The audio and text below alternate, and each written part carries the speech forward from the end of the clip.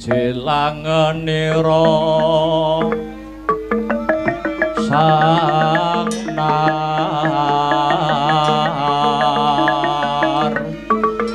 pati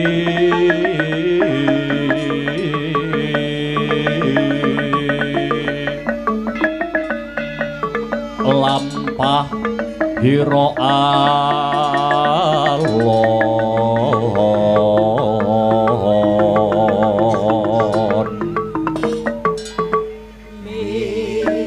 jelangenira sang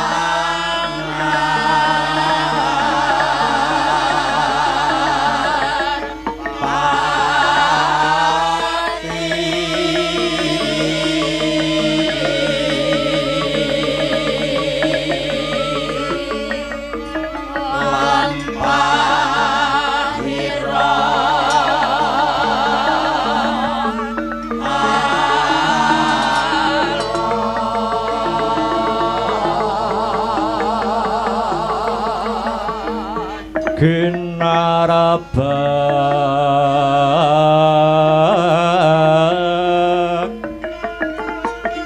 gadaya yuarakna nira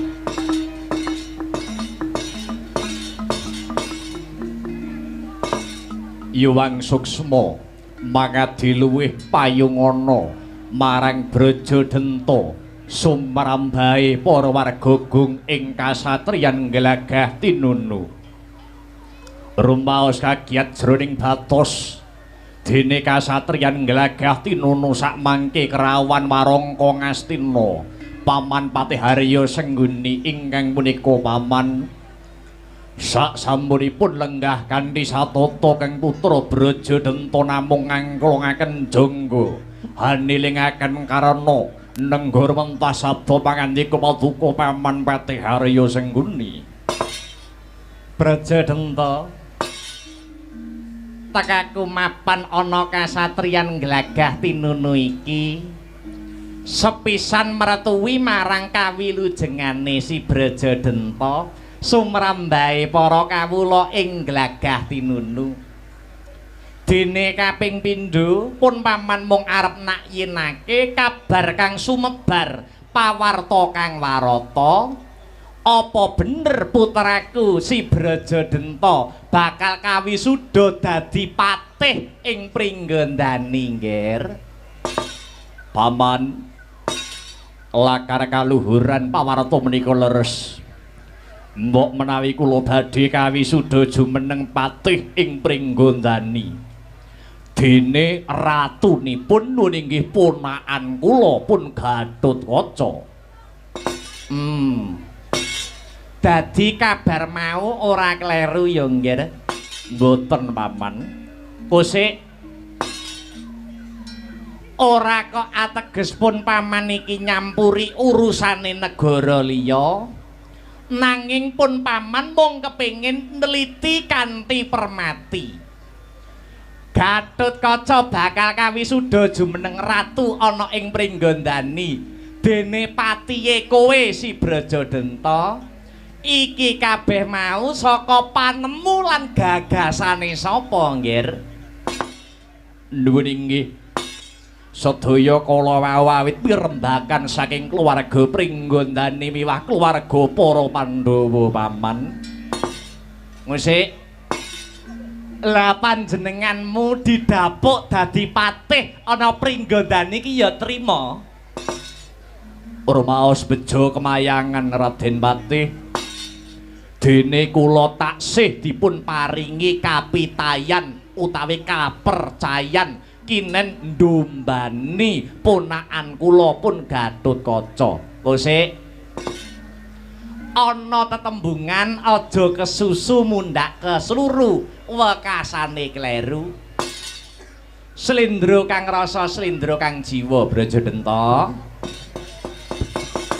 Ora ateges pun paman iki gawe urup-urup babar pisan ora. Ning pun paman mung ngarep matur witing klapa sak lugune. Dene kowe sarujuk ya syukur, dene ora cocok ya ora apa-apa, Brajadenta. Permara reh manguswam yo ngambreng. Kati karonaning kaswasih ring marga Hamalatgung. Risang gonta mastrat maja lengleng lalu manguladi. Surya mangrangsang waya, surya mangrangsang waya. Umyus amara wayahanto.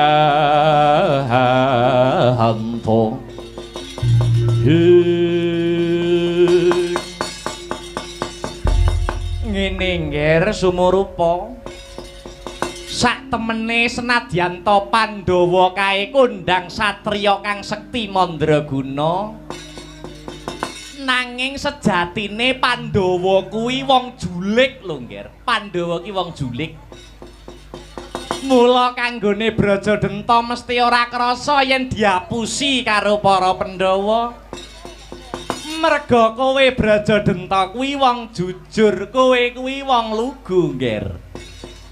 Paman Sengguni, paduka paman saged ngendika kados mekaten menika ngagem dasar menapa, ngagem wewaton menapa, Paman?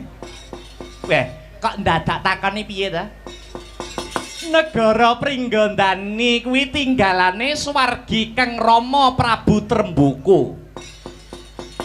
Prabu Tremboko seda sing mateni Prabu Pandu. Pandu kuwi sapa? Pandu siji si Gatotkaca kuwi. Rak ya ngono to? Inggih Paman. Nggir. Yen manut pakem lho iki, manut pakem Pustaka Raja Purwa. Kudune sing gumanti ratu kuwi putra sing metu lanang. Dadi sasedane Kang Rama Prabu Tremboko disambung kang masmu ya kuwi Arimba. Kuwi wis pas, kuwi wis bener. Sabanjure sasedane kakangmu Arimba sing jumeneng ratu ki kowe. Lah kok malah si Gatotkaca ki piye ta? Gatotkaca iki sapa? Gatotkaca kuwi mung kapernah putu. Tur maneh Gatotkaca kuwi turun saka wong wedok. Ora turun saka lanang. Lah kok lancang arep dadi ratu? Ya bener, Mbak Yumu Arimbi kae Mbak Yumu ning ra anak wadon. Dadi ora wenang gumanti ratu Brajadenta. Dibungkusi mripatmu melek ning kowe kuwi diapusi. Kowe kuwi diem-yem matimu karo Pandhawa. Supaya ora ngundat-undat kelungguhan Ratu Pringgondani, kowe iki dikeki kelungguhan, dikeki pangkat dadi patih, dikeki pangkat dadi wakil. Lah wakil iki panganan apa to? Wakil badokan apa? Ing atase sing menang dadi ratu iki kowe, ning kowe malah trima dadi kesete bocah wingi sore si Gatotkaca. Apa kowe wedi to, Ngger? Apa kowe wedi Brajadenta? Apa kowe wedi karo Werkudara? Werkudara kae upama kewan kae iki kewan jaran. Ketoke sekti, ketoke rasa, ning bodho gampang dikendhaleni kok Brajadenta. Apa si Brajadenta wedi karo Janaka? Janaka kae digdaya ning tukmis lho, Ngger. Janaka kae tukmis. Janji didepi wong ayu ngono wis bingung golek hotel Janaka kae. Apa meneh Puntadewa, Nakula lan Sadewa wi gur kerupuk bawang, Ngger. Ora duwe daya apa-apa Brajadenta. Paman, piye cah bagus? Sejatosipun kula menika nggih sampun mendhem rasa serik dumateng para Pandhawa. Utamanipun Kakang Mas Werkudara, nanging upami Brajadenta badhe mbalela. Ibaratipun kula gajah sampun boten gadah telale, ibarate manuk kula sampun boten gadah swiwi, Paman. Aja nglokro to cah bagus, aja nglokro. Purwa dadi kutane kabeh iki sing dadi bukti lan kenyataane. Sejatine sing gedhing keburu sengit karo Pandhawa ki ora nggur kowe si Brajadenta. Para Kurawa sing sago mbiyantu anak Mas Brajadenta. Menapa saestu Paman badhe ndukung Brajadenta menawi kula badhe mbalela Brajadenta badhe kudeta wonten Pringgondani. Lho piye to? Saksuwene aku urip ana sejarah pewayangan, Sengkuni iki apa tau mbujuki to, Ngger? Sengkuni iki apa tau goroh? Sengkuni iki ora tau ngapusi, tur maneh aku ki wis tuwa cah bagus. Aku ki wis menep sing tak goleki apa to, Ngger? Hagiat risangkat rangu rinanggul kinempit kempit duh sangarak tenaning bawana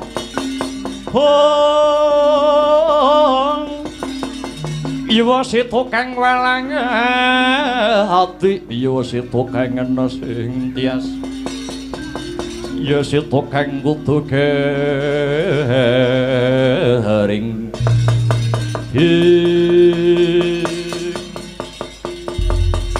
Paman Sengguni piye, Ngger? Kagigah raos sing batin kula. Mbok menawi urip kula menika namung dipun akali kalian para Pandhawa. Syukur, Ngger, syukur. Dene wis kebukak sing dadi atimu. Tata gelar pun Paman sing ngelingke kowe, nanging sejatine Gusti sing nyipta jagat nyilih ragane Sengkuni kanggo ngelingke anak Mas Brajadenta. Saiki karepmu piye, Ngger? Kula aturi nyekseni, Paman. Sak menika kula badhe mbalela dumateng para Pandhawa. Kelungguhan Ratu Pringgondani tetep badhe kula rebut. Lah yen Pandhawa karo Gatotkaca nggondheli kelungguhan Pringgondani, sungsang bawana balik Pringgondani. Pandhawa sak Gatotkaca badhe kula pejahi, Paman. Alah bagus, Ger. Bagus. Lah gagah tenan.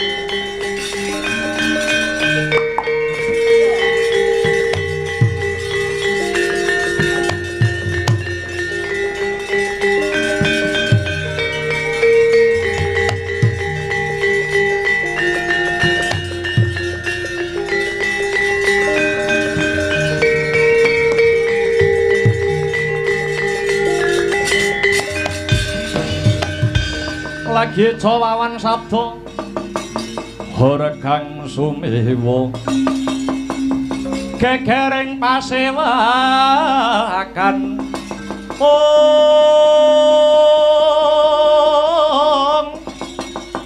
kata samyana harga wonten dirada mekta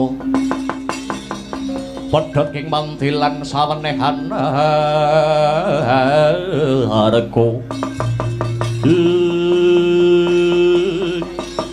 alagi cawawan sabda rekang sumewa gegering pasewakan kedadak praptanira Raden Kala Bendana rewepeh gawe cingak kang sami mulat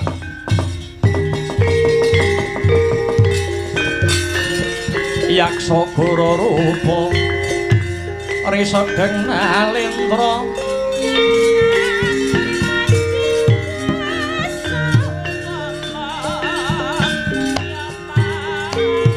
risa deng nalendra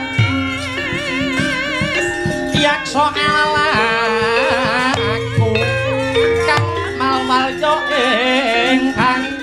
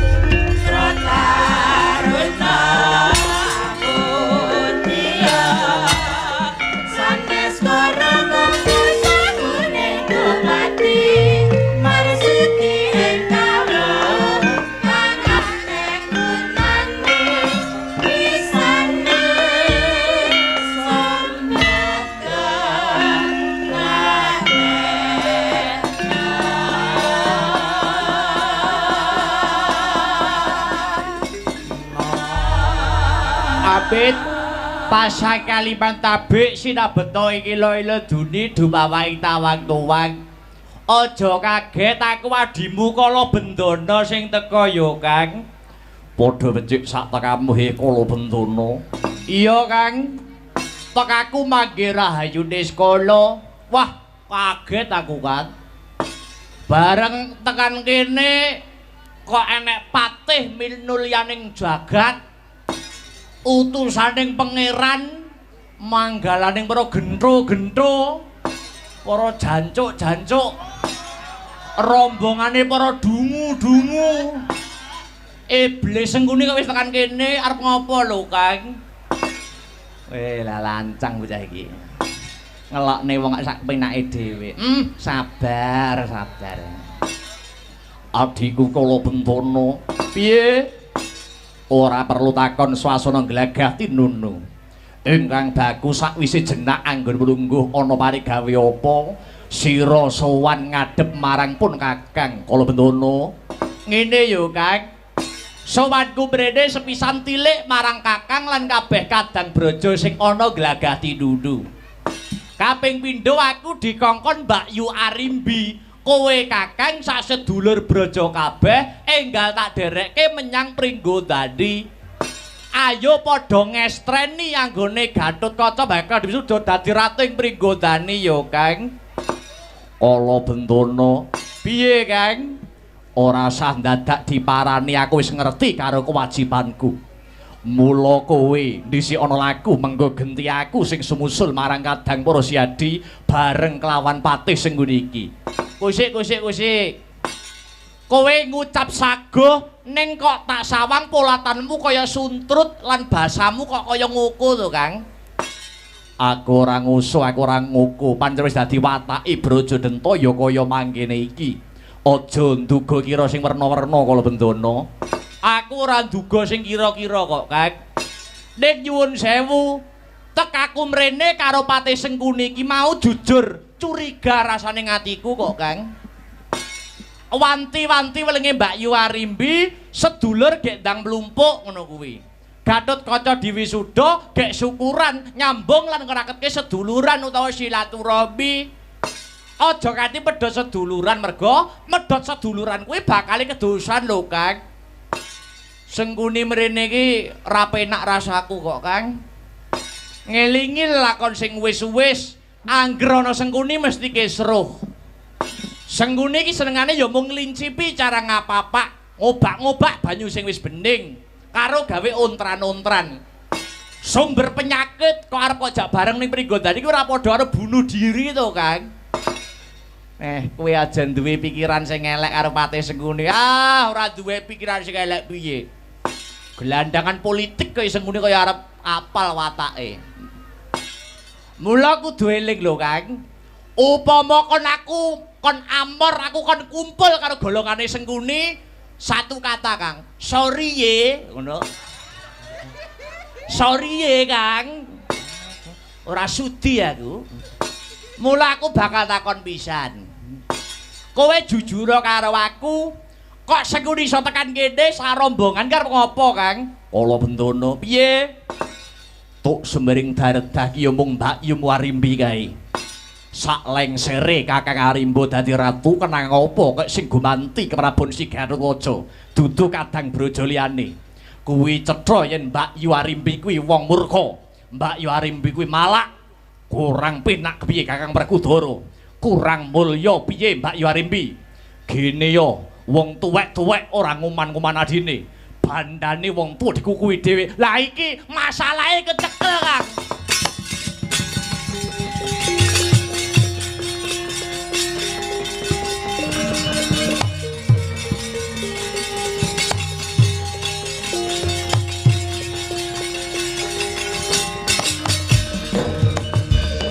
Kakang Brajadenta, kowe kudu eling lho, Kang. Nalika Kakang Brajadenta nglumpuk mbiyen nyekseni Si Gatotkaca dipilih dadi ratu, wis dirembuk lan kabeh padha sarujuk, kabeh padha setuju yen ratune Si Gatotkaca. Ya ora? Iki wis ana musyawarah babar mufakat lho, Kang. Aku tak melu muni sithik ae le, Kala Bendana. Kowe arep muni apa, Su? Suman kakangmu ora trima kuwi wis pas lan sak embere. Sebabe Gatotkaca kuwi isih bocah wingi sore ora duweni pengalaman kok tranyak-tranyak tranyuk-tranyuk arep dadi ratu. Gek arep digawa ning endi kuwi negarane kuwi le. Wah, lah pati delogok pati siji iki. Lek Suban. Aku tak kandha ya Lek Suban. Ana unen-unen cara Jawa ki ndikake. Golek ilmu kuwi aja sok nyawang sing muni sapa, ning rungokno omongane kuwi apa. Lho ngono. Pinter njala langit, pinter ngikal jagat. Anggere leh muni ki asal jeplak, gaweane ora kecandak. Wah, ora nek paedahe lho ni. Ning nyatane Gatotkaca kuwi ora duwe tata krama, Gatotkaca kuwi ora duwe etika, Gatotkaca kuwi ora duwe adab. Oh, lah cangkemmu dhewe sing ora beradab kok ni. Lek Suban. Gatotkaca dipilih dadi ratu wis nganggo tata krama, wis nganggo adab. Dheweke dadi ratu ki ora saka pekarepe dhewe, ning wong sak Pringgondani wis padha sayek-sayek kepraya ngibarke genderane Gatotkaca. Lho kuwi. Hah? Kalebu kakangku Brajadenta ki sekawin ya setuju, ha? Ning gandeng bareng anek jancuk Sengkuni rene. Nyebar fitnah, nyebar duit, golek dukungan. Terus kowe gunake 1000 cara sing penting kowe keturutan niatmu. Lah janjane aku nyuwun 1000 aku arep takon. Jane sing ora duwe etika ki pulunanku Gatotkaca apa kowe ni? Lah nek aku kon milih dapuranmu, wah tak baleni. Sorry ye. Ndukung kok wong kalah. Ndukung iki sing menang gitu. Wes aku ora niat warna-warna, aku ora niat neka-neka. Niatku mung golek kamulyan kakangmu, goleke kamulyan sedulurmu. Kuwi kena ning nyuwun 1000. Aku ki apal karo kowe kok ni. Golek mulya monggo ning nyuwun 1000 aja golek wirang ni. Wose kowe ora iso ngracuni aku. Kowe nganggo cara apa wae tetep ora iso ngracuni Kala Bendana. Masih aku ki wong bodho nek aku ki tulus lan aku jujur, ngerti ora? Ya mung Gatotkaca sing iso bakal neruske apa sing dadi perjuangane sing tuwek yang Pringgondani. Kudu ngono kuwi. Kudu ngono kuwi. Kowe ora bakal iso ngracuni aku kene. Kowe ora bakal iso mengaruhi aku. Aku iki wonge Gatotkaca kok. Wis, Kang. Wose kudu eling lho, Kang. Kudu eling. Sing ngene iki mung kebak racun, sing apik ki mung teorine tok, sing apik ki mung lambene kebak oli. Ning nek kon kerja alah ora bakal iso kebuat. Mula yo eling Kang ora usah gugu kandhane sapa-sapa gek ndang budal ora Pringgondani bareng sang aku ku yo Kang ora sudi ora sutah. Dino iki aku wis makar marang Pringgondani. Oh, lah wis keracunan tenan kowe Kang. Milik gendong lali kowe diapusi sengkuni ning ora krasa. Ya to ya. Aku mesteke yen saiki wis ana gedhek antuk ing antarane Kakang Brojodata lan Sekuti. Ora apa-apa Kang, ora apa-apa. Ning aku sih percaya. Sapa nandur bakal ngunduh, utang bakal nyaur, nyilih bakal balik sing gawe bakal nganggo. Sapa cidra wahyune sirna. Wis ngono bae aturku Kang. Mangkat karepmu ora ya karepmu wabil taufik bali dawe maridho. Assalamualaikum warahmatullahi wabarakatuh. Minggat aku Kang.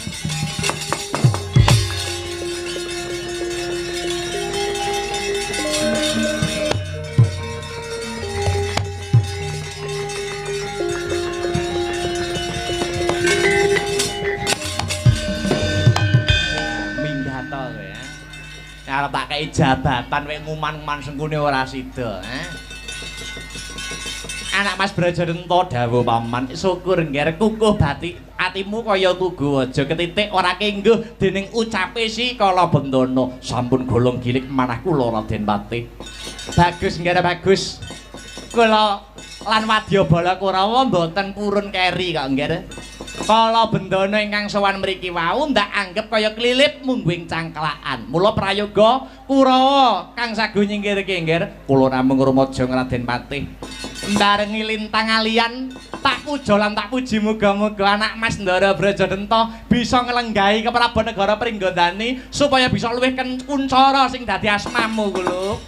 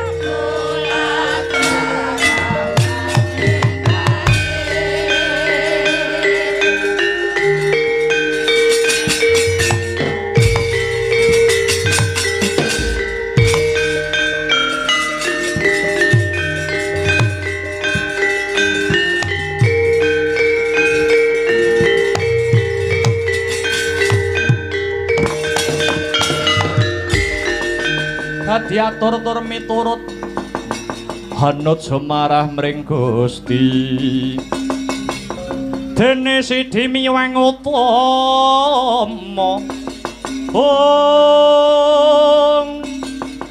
panindak ing praja adil bejo dadi bandara rena rapan mring pra abdi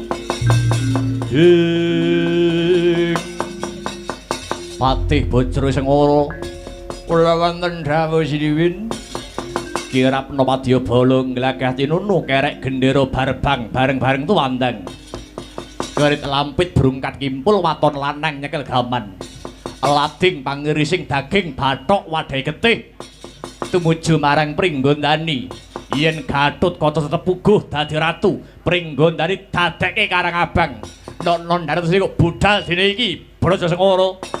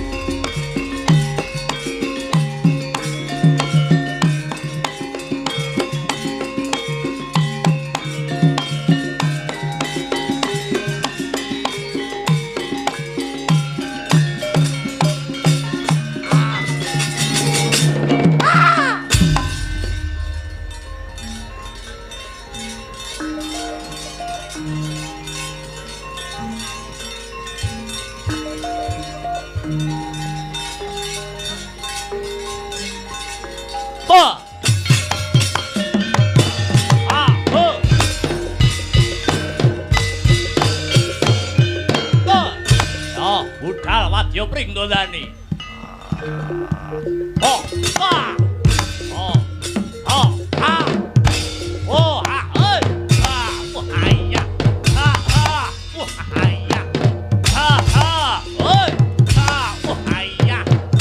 Ah, wah, ah. Ah, ah. Oi. Ah, ah. Oi. Ah, ah. Wah, ayah. Ah. Oh, ah. Oh.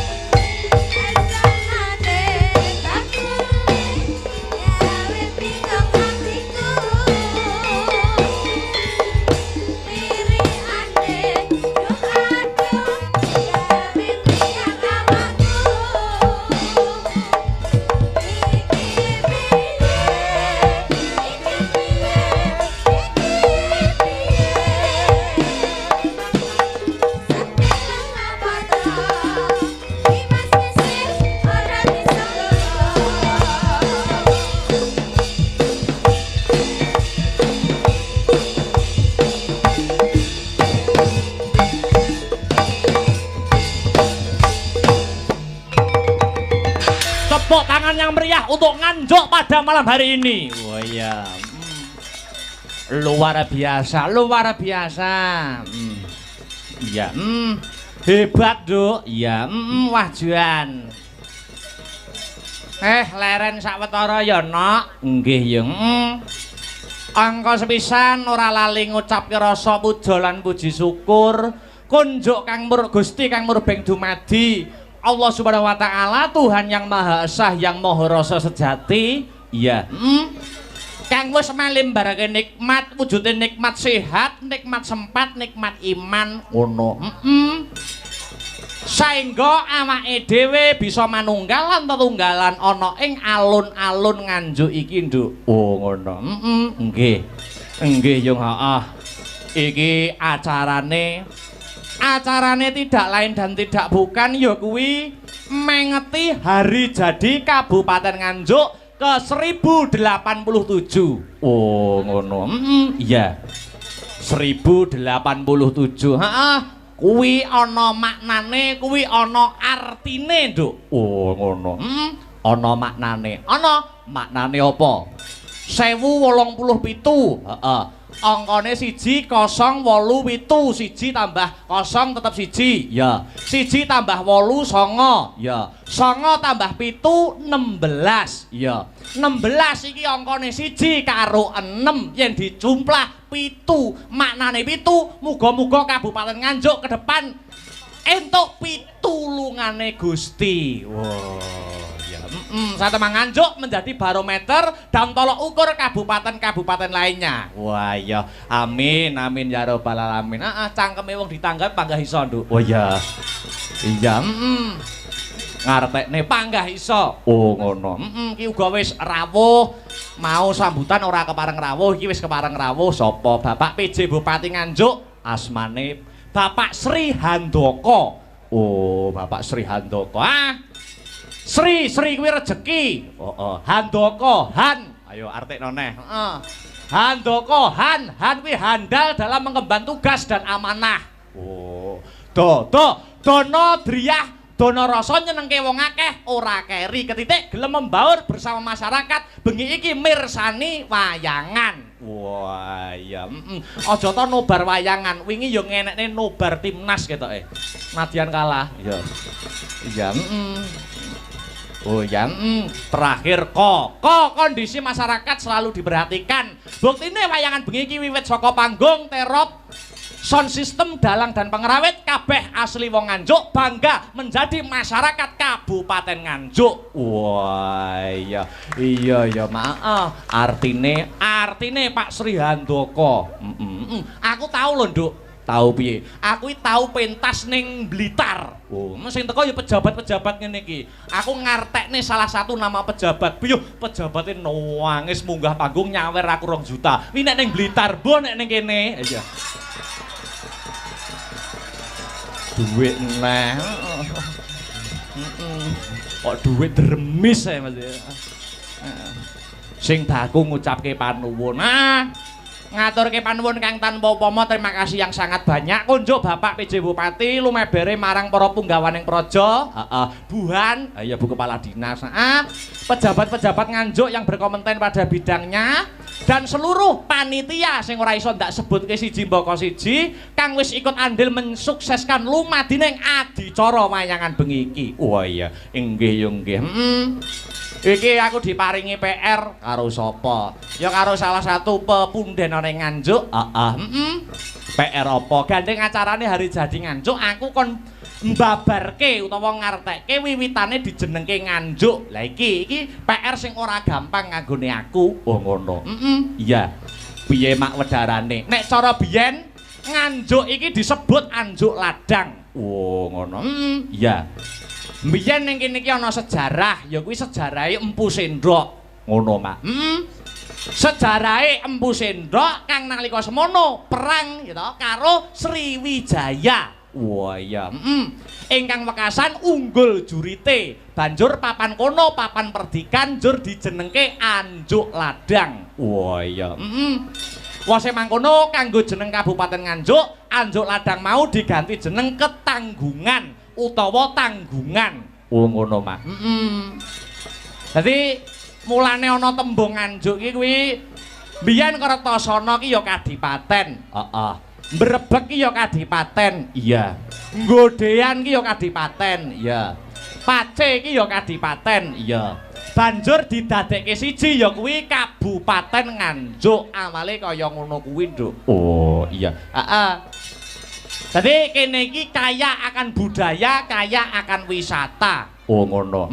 Upamane kae ning dhuwur ana daerah sing jenenge Ngliman. Kuwi saka tembung apa, Mak? Aliman. Kuwi kiai utawa ki ageng aliman. Oh, lagi ditunggu-tunggu datang. Ya, ben nunggu sik. Iya. Diteruske. Ngliman. Dadi ana-ana ki ana sing diarani air terjun, Nduk. Ana ing Ngliman. Kuwi nek cara biyen air terjun kuwi mau tujuane nggo mayokke waranggana utawa mayokke sinden. Oh, ngono. Tenan kuwi, tenan. Nek pengen dadi sinden luwaris adus ning kono, ning Ngliman kono. 7 dina 7 bengi ora sasapan. Oh iya. Ora kelambenan ngono kuwi. Oh iya. Kuwi cara biyen ngono. Oh iya. Apane sing ngedusi dalang no bae. Ora kuwi gur guyon.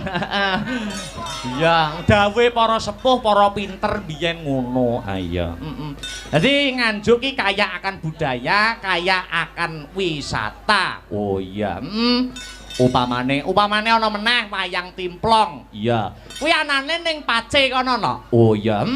Biyen dalange yen ora kleru ya kuwi panjenengane Ki Jo Kandar Jahnawi. Beh, wayang timplong, Mak. Ana meneh ya kuwi sandur, kuwi kanggo babat alas nek cara biyen, ngono, Mak. Mula akeh banget kesenian kang mapan ana tlatah Nganjuk, saben antara mangsa nganake wujuding lomba utawa kuwi festival utawa lomba apa ngono. Ning Surabaya nganti tekan Jakarta, Nganjuk niku mesti unggul. Oh, ngono, Mak. Mergo hambudaya ya, Mak. Hambudaya. Mergo saka budayane kuwi dhuwur, mula dadi ya kuwi mesti selalu unggul di daerah manapun. Wah iya. Iya ya Mak iya. Alhamdulillah. Iki sowan komplit. Sowan komplit Nduk kanca-kanca saka Sanggar Seni Astabrata mijil saka Jalan Mastrip. Nggih. Gandung Kidul wayang gamelan gawan saka ngomah. Iya. Kabeh digawa ora ana sing dikerekke. Iya. Kelir tak dawake sing dawa 12 meter. Iya. Dasare panggonane yo bawera. Iya ya Mak disumbutke. Sumbutke no. Iya. Kembali ke benang merah sing baku biyung ndongake apa ning rangkaian adicara hari jadi Nganjuk iki. Dongaku cekak aos no. Piye? Muga-muga sak rampunge ringgitan Kabupaten Nganjuk dadi ya kabupaten sing baldatun thayyibatun warupun ghafur. Gemah ripah loh jinawi kareta tata turaharja, murah sandang lawan pangan, adoh saka bencana alam. Allahumma amin amin ya robbal alamin. Hasbunallah wa ni'mal wakil. Ni'mal maula wa ni'man nasir. Wala haula wala quwwata illa billahil aliyyil azim. Gusti Allah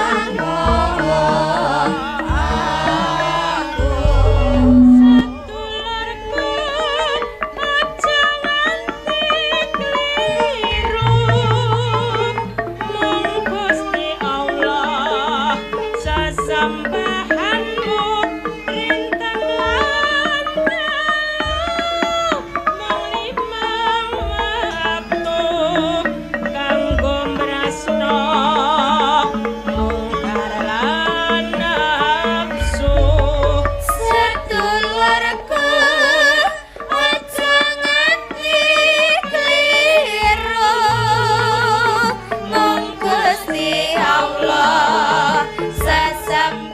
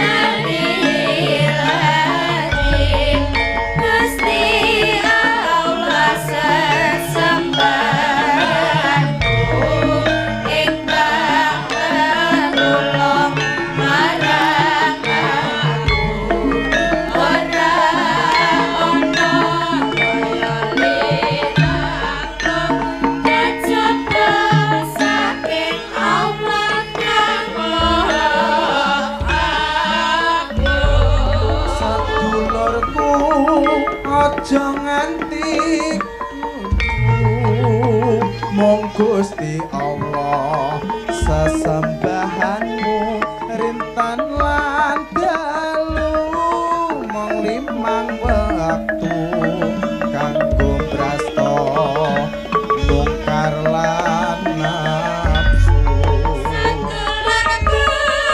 aja nganti kliru mong Gusti Allah sesembahanmu rintan lan dalu limang wektu kanggo brasta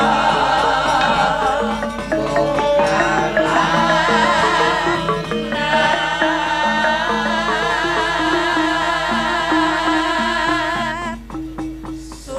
Pagelaran malam hari ini juga disiarkan langsung lumantar channel YouTube Astabrata Media. Oh iya, Jadi sing memantau ora ngomongake sing ana TKP nanging seluruh dunia para pecinta seni dan budaya khususnya wayang kulit padha mirsani anggone Kabupaten Nganjuk ngadani hari jadi ke 1087. Alhamdulillah.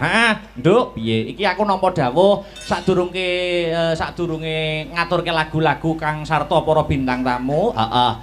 Gandeng iki Pak PJ Bupati mau sore durung sambutan iki kepara mau lagi rawuh ora ketang sepatah dua patah kata tak aturi Pak PJ Bupati paring dawuh. Oh ngono. Monggo Pak, waktu dan tempat kula persilahkan. Tuduk monggo.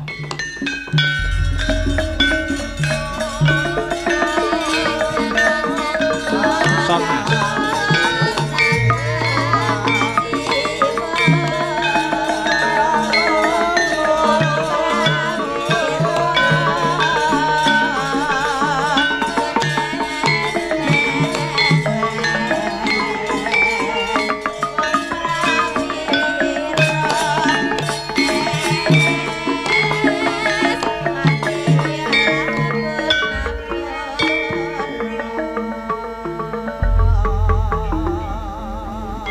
Monggo Pak.